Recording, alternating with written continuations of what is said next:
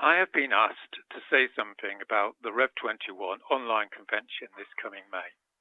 I can think of no place more important to start than the recent report by the UK insurance industry that we are heading towards 4 billion deaths in the middle decades of this century unless we force states to slash emissions. We all knew such announcements were coming. The facts have been shouting at us for years now.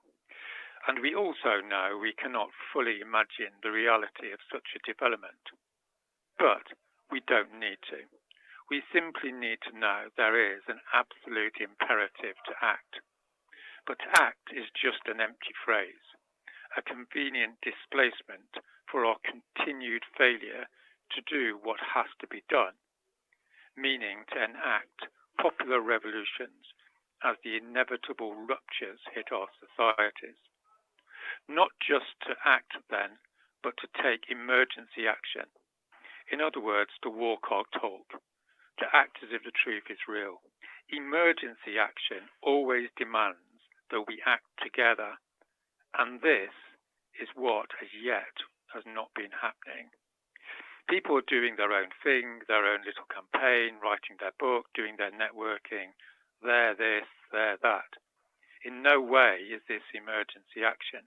It's a continuation of the neoliberal culture that has destroyed our movements and organisations' ability to unify for 30 years now. It's the same old divide and rule.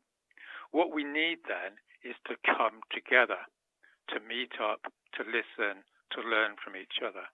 This is what this Rev21 thing is all about. People unifying across their cultures, their networks and movements. There are two simple rules here.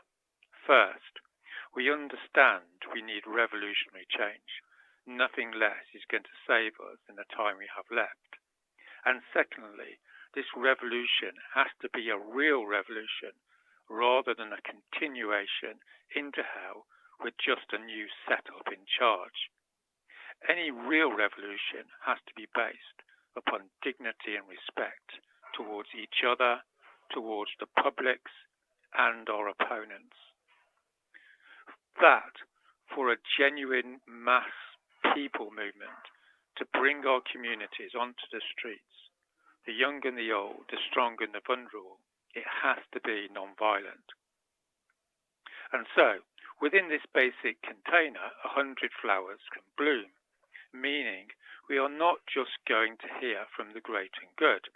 Rather, we are going to be inspired by their words and then connect with each other and plan and grow our networks, whether it be mutual aid, direct action, assemblies and or elections, concentrated and dispersed, inside track or outside track.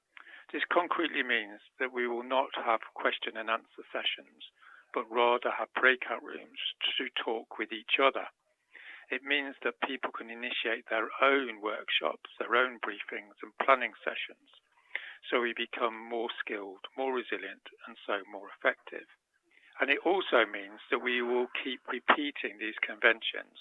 We'll do another one again in October and then next year and the next, each time expanding, developing and regionalising.